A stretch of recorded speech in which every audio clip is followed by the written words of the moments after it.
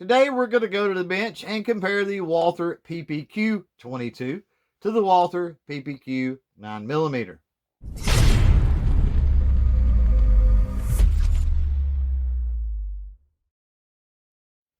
What's up, crew? It's Chris with CloverTac, and welcome back to the channel. Today we're going to go over to the bench and take a quick look at the Walther PPQ 22 versus the Walther PPQ 9mm.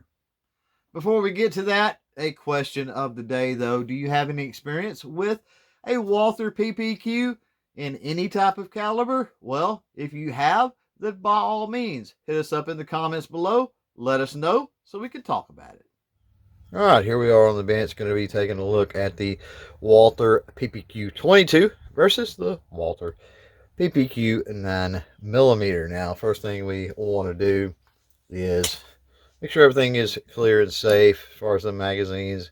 Not really going to need them. And our 9mm is good. Let's go to the 22 here. It is good, and we can get started.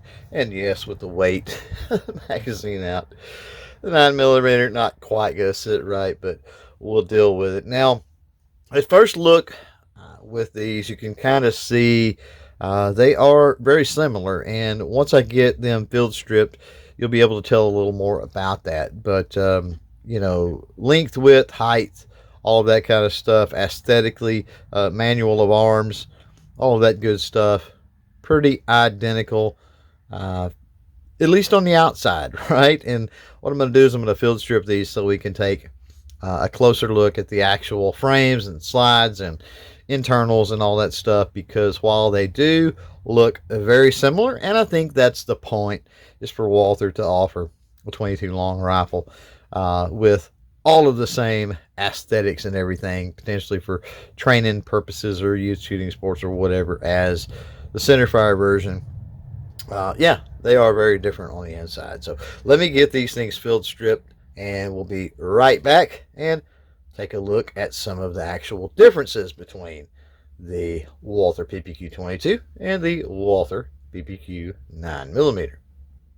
Now that I've got everything field stripped, we can start taking a look at some of the differences here between the PPQ 22 and the PPQ 9mm. First, we can mention magazines.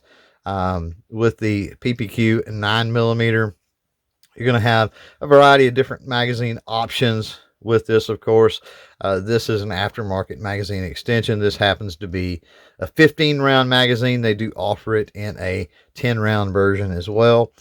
Same is going to hold true for the PPQ 22. This is a 12-round magazine, but they do offer a 10-round as well. Now, one of the things that I assumed when I was first looking at the Walther PPQ 22, I'd already had a lot of experience with the Walther PPQ 9mm, and I just assumed that, like the Walther PPQ 9mm, the Walther PPQ 22 was pretty much the same design on the inside, a striker fired, all that good stuff. And you can see right here that it is not. It is hammer fired. So this hammer will come up, will strike the firing pin that is in the slide here, and that's how all of that works. Whereas with the PPQ 9mm, you have a striker assembly in the slide, and if we look down in there, there is, of course, no hammer. The other big difference, major difference, you'll notice the guide rod spring and all right here, multiple pieces, whereas with the PPQ 9mm, it is a sealed, I guess, or a captured, how you would put that, a captured unit. The barrel is floated barrel. It is easily removable there in the PPQ 9mm as well. With the PPQ 22, a little bit different design on the barrel altogether. I do have the shroud or bushing or whatever you want to call that piece. This is the actual barrel, and notice it will come out once you've got everything disassembled. However, this slides on. It's actually keyed. This is like a bushing, more or less. And then you've got a barrel nut here, or in this case, we have a thread adapter. And that's what's going to hold everything in place as far as the barrel on this thing. It's the way it's going to kind of work. And it tightens the barrel up into the block here, which is, I don't know, it's a weird design. It's a kind of a fixed barrel, I guess you could say, on the Walther PPQ here. So definitely a different design than the centerfire model of the PPQ. And that's pretty much the differences that we're looking at between the PPQ 22 and the PPQ 9mm. If we take a closer look, let me get some of this stuff kind of out of the way. If we take a closer look at the slides here, we'll notice that lengthwise on the slides, width, all of that stuff, really close to the same. And again, if what Walther was going for here, which I think it is having a rimfire version that mocks, in a way, mock-up of the centerfire version, then they've done a pretty good job. Slide is pretty close to the same. Obviously, my 9mm PPQ is the 5-inch, so got a little bit extra on the slide, but if we compare those, you can see they are pretty doggone close. Now, the other interesting thing is where we're talking about the actual frames. Again, we put the 9mm frame, kind of sit it on top of the 22 frame there. It's pretty much the same exact size. And we could do the same thing. We could flip it around here and actually do the same thing. And you can see that, yeah, pretty much the same exact size. The only difference is obviously some internals with the way it works, and the fact that it's chambered 22 long rifle instead of 9mm. Now, one other difference between the PPQ 22 and the 9mm that honestly I don't understand. I don't understand why Walther would do this, considering how similar these are aesthetically and feel wise and all of that.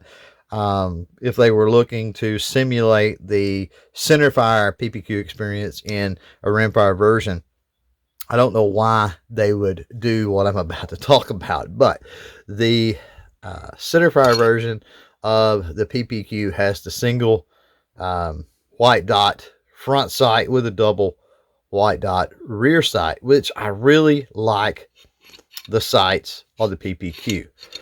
Some people aren't a big fan of dot sights. That's fine. However, on the 22 version, the PPQ 22 version, they do have the front white dot, but they've got a blacked out rear sight. It's fully adjustable and all of that stuff. But why would you not put the same type sights? It seems to me that would be a better combo. If you own both of these, you'd be looking at the same sight picture no matter which one you picked up. So if you're talking about, traded purposes or something like that, just seemed to me like it would be a better idea, of course. Now let me get these two put back together. Do want to talk about the triggers in each of these for just a few minutes.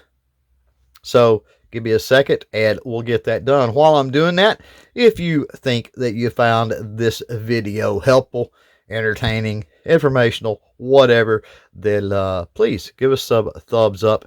It really helps the channel. All right, now that we've got everything back together, we're going to take a look at the triggers on both of these. Now, the Walther PPQ, and we'll double check our clears on both of these right quick. We're good. The Walther PPQ has one of the best out-of-the-box triggers of just about any striker fired out there, honestly. I'm going to estimate, I've never put it on a trigger pull gauge. We will do that here in a second. I'm going to estimate the trigger pull probably around 4.5, 5 pounds. The reset, though, which is this motion right here, is phenomenal on the Walther PPQ. I really enjoy that reset. The Walther PPQ 22, on the other hand, and granted, I've got quite a few rounds, 3,000-4,000 rounds through this PPQ 9mm. I've only got maybe a few hundred through the PPQ 22. And it may be attributed also to the fact that it's hammer fired. as I showed earlier, works a bit differently. The trigger, it's got some long kind of, I don't want to say gritty, but it does kind of got some drag to it on the pre-travel or whatever there. The brake is not bad. I would put the brake on par probably with the centerfire version, this 9mm PPQ. The brake's not bad, maybe 4.5, 5 pounds. We'll check that here in a minute on a gauge. And then you've got the reset, which the reset is not nearly as smooth, and it's just a tad longer than the centerfire version, than that 9mm PPQ. So notice that, and it's got a weird kick at the end of that reset too, which is kind of weird. So there we go, reset a little bit longer. So let's get out the trigger pull gauge, because I'm saying 4.5, 5 pounds. Let's put the trigger pull gauge on them. I've never done that. And we'll see what that looks like. So here we go. Got my Lyman trigger pull gauge here. And yeah, let's start out with this PPQ 9mm. Get a couple of pulls on it. About 5 pounds, 3 ounces is what that one said. Get one more just to verify. And I got to reset this dude. 4 pounds, 13 ounces there. So right at about the 5 pound mark. That's sounds about right compared to what I was feeling on the trigger pull. Now let's double check the PPQ 22 here. Reset it and go. So 5.4 ounces, really similar. And let's reset everything. Do it one more time. Let's get a verification pull. And we've got 4 pounds, 15 ounces. So yeah, right around that 5 pound mark.